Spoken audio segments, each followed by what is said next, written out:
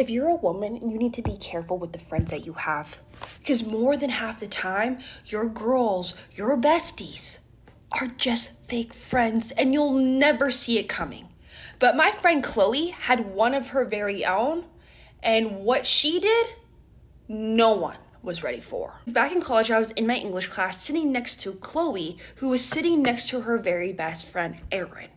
And when I was hearing their little conversation, I couldn't believe what was going on. Chloe's like, hey, Erin, I'm really sorry. I never got your essay done for today. I only got to finish mine. Do you think it's okay if you ask the teacher for an extension? She's like, Chloe, you're such a terrible friend. I can't believe you'd do this to me. Like, I just have so much going on right now. Like, my friend's grandpa died. My car is the wrong color.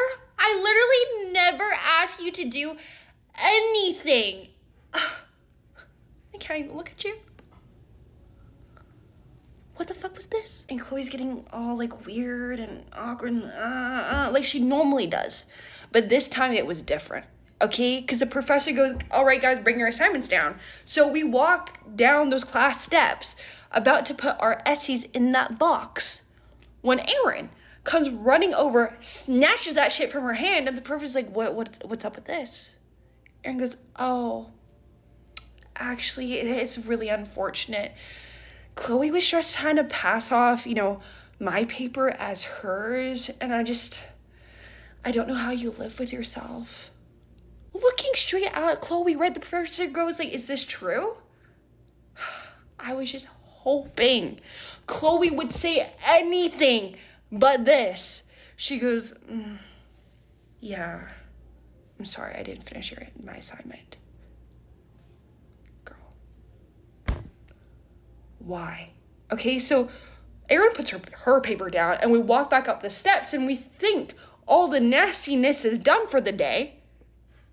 But it just gets worse. When we get back to our seats, like the teacher starts a lecture, right? She's going, okay, guys, we're gonna talk about political literature. Let's start with the basics of Marxism. Okay, here is Animal Farm, right? So she starts putting on slides of the illustrated version of this book, right? Which is like farm animals. There's pictures of pigs, cows, chickens. But when it comes back to two big old pigs on that screen, out loud, Erin goes, oh my gosh, Chloe, it's a picture of you.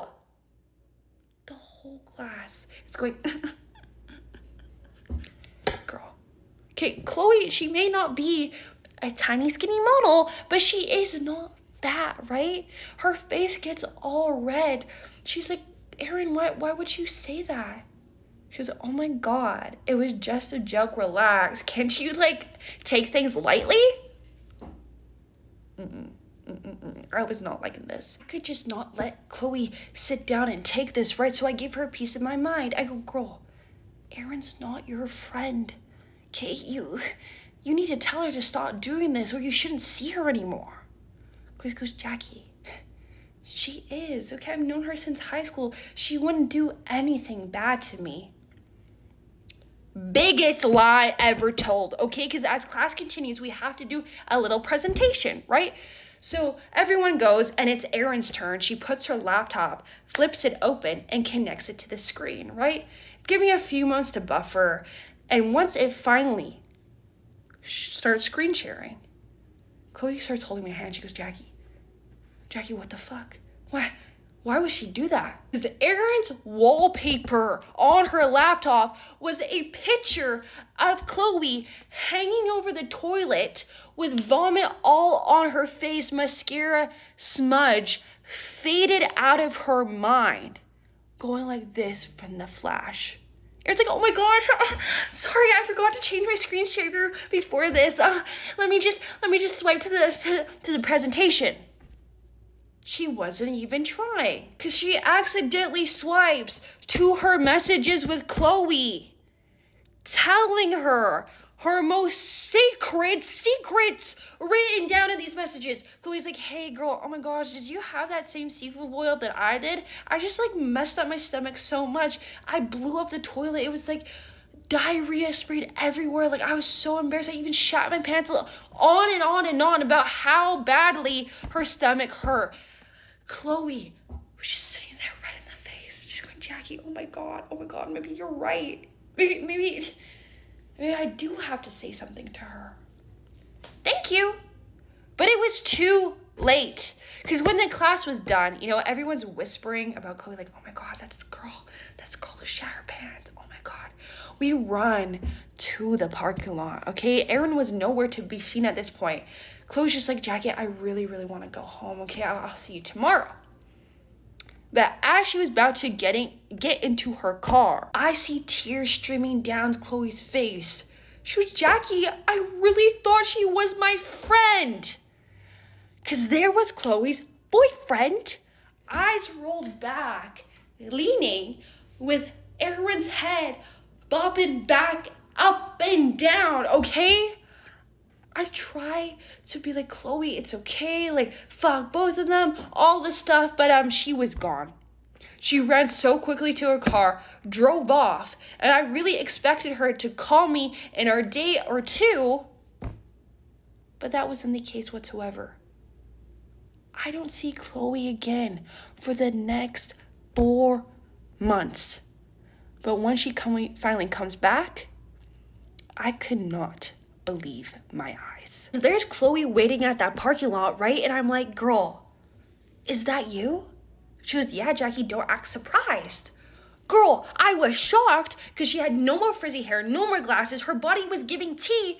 And why was her car a Range Rover? I go, girl, where have you been? You just disappeared the last time I saw you. She goes, Jackie, I couldn't come back to school after all of that. Okay, I was humiliated. I didn't even have confidence to begin with, and I just did not know how to ever face Erin again. So I took a few days to mope, sitting in my room, not talking to a single soul, when I actually did something about it, right? I started going to these Pilates classes, and through that, I met this woman who changed everything. Before I could even ask what, I saw it.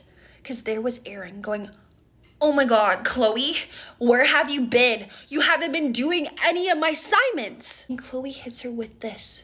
She goes, yeah, that's not happening anymore. You're going to have to find a new bitch because I don't go here.